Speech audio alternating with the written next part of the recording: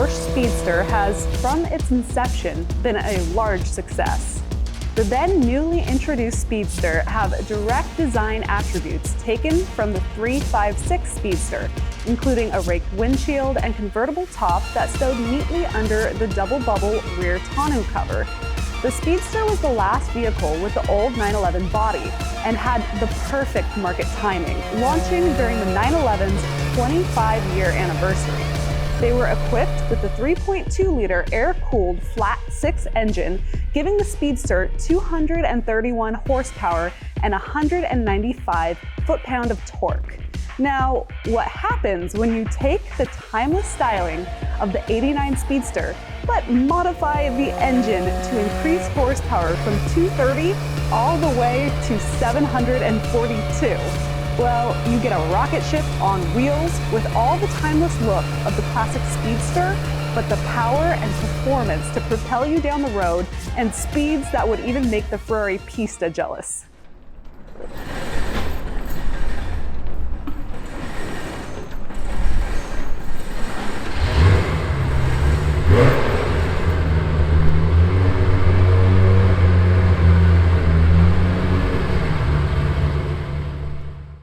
So I mentioned the Ferrari Pista, and nothing wrong with the Pista. I love it.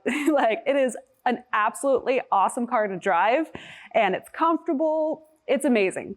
But just because the two are kind of comparable in weight and power, I used it as an example. So a Pista is about 3,000 pounds and it's 711 horsepower. This car here, the original Speedsters were 2,700 pounds, but this one has been lightened up. So it's about 2,300 to 2,400 pounds and dynoed at 742 horsepower. So it's at least about 400 pounds lighter and another 30 horse. So power to weight ratio, the Porsche wins. It's also a manual gearbox, which, I mean, for me, that's like the key. The dual clutch on the Pista is awesome, but driving a manual, there's not much that compares. So you can't just, and the modifications done on this car were actually all done on the original block.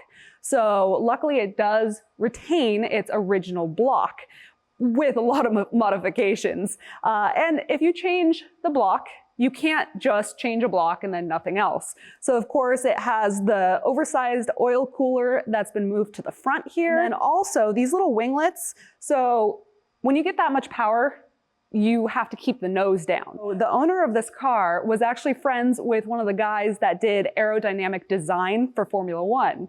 And that guy helped design these little winglets just to keep the nose more stuck to the ground. So everything done on this car, there was no corners cut, and it took over 5 years to complete because basically if the owner couldn't find the right parts or the perfect design or do it to the best quality possible, he just waited and didn't do it until he could do it right. So it's just an incredible build.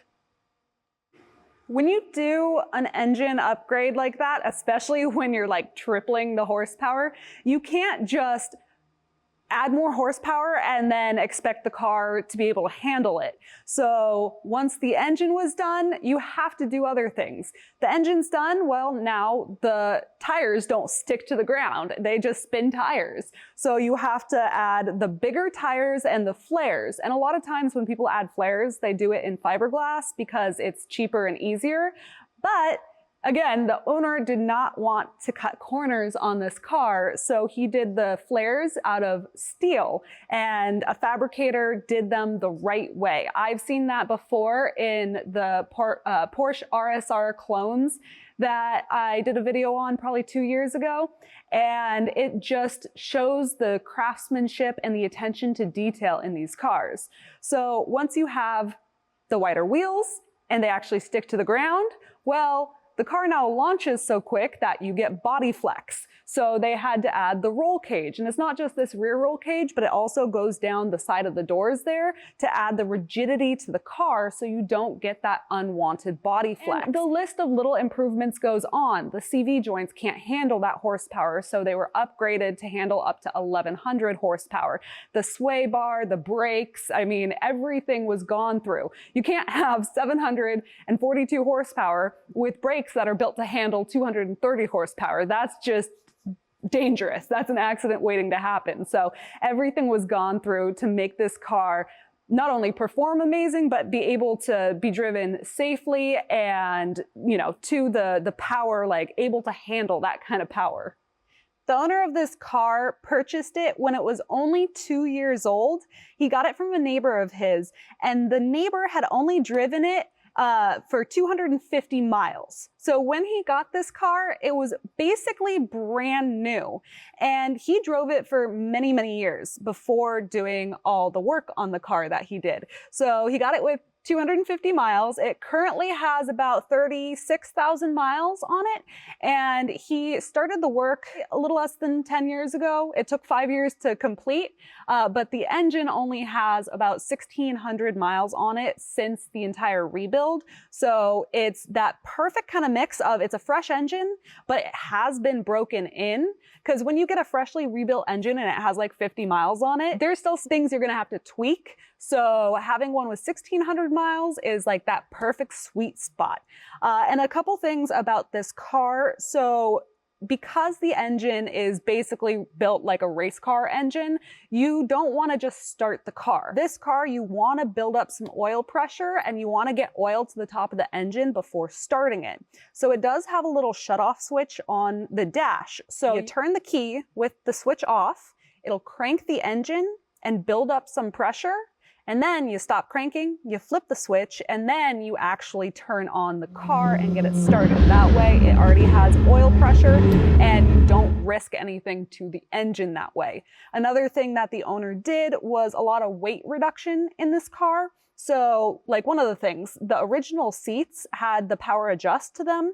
They were very heavy. So these two new seats, both of these seats put together way less than one single original seat. You know, the AC was removed, the center console, all this stuff that was unnecessary, but it still has nice aesthetic feel to it. It still has that 89 Speedster feel. Not too many modifications, but enough to give it much less weight and more power. One of Porsche's most iconic cars was the 356 Speedster, and it was built from 1954 until 1959. At that point in time, they were like $3,000 new. So in the 50s, that was a lot of money, but it was still affordable in a sense that they were a huge success and iconic, you know, everyone remembers them. But the Speedster name didn't come back for like 30 years until 1989. And this Speedster was a huge success. But even though they were selling really well, Porsche still only made a little over 2,100 of them. And of that 2,100, only about 800 of the left-hand drive models were sold into the US or came to the US. So there's only about 800 of these cars here today, which is kind of crazy because Porsche does build a bit more. They have a higher production than cars like Ferrari, or at least they did back in this era. So that was quite low production numbers, making it a very rare and desirable car in general. And then you add in the modifications and everything, and I know there's some purists out there who probably just hate when people modify cars, but I'm under the belief that if you own a car, do whatever you want to it. You want to keep it pristine, exactly original, do it.